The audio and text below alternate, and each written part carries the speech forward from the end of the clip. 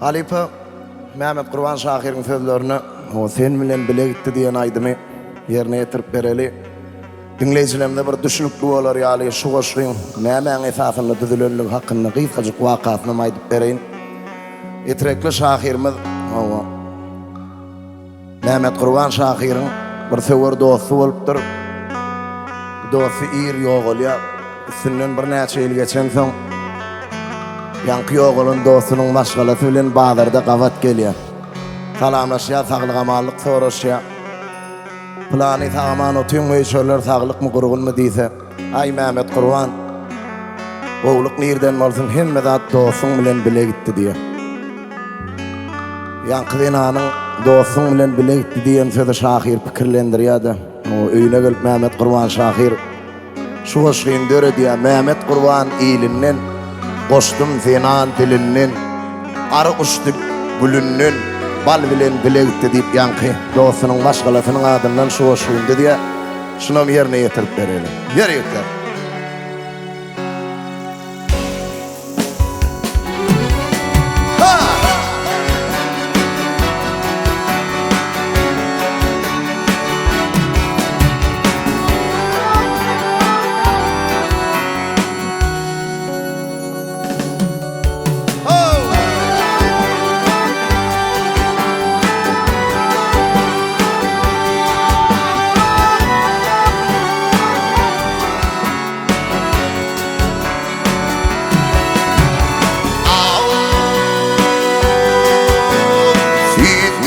Kaybım sözünümü Sizin kaybım sözünüm Yağın büğrü yüzünümü Toydum ihsan edelim Sen birin bile gitti Sen birin bile gitti Demir kalanla yalancım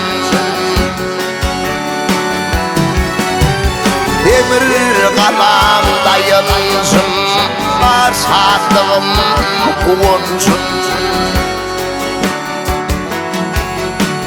Uki kulki bir gencim Sen birin bile gitti Sen birin bile gitti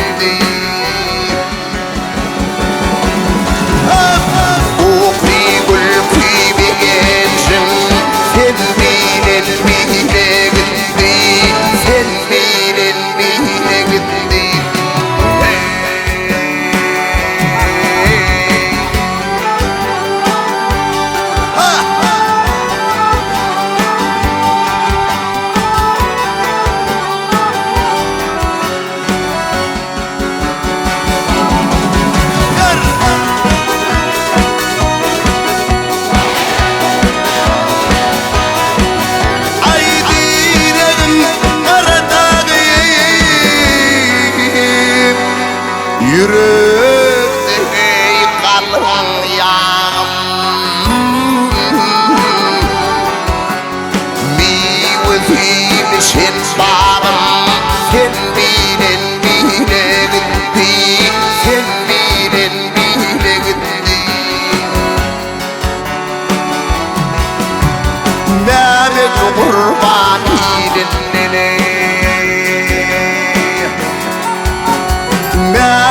Kurban iyilinden koştum zenan dilinden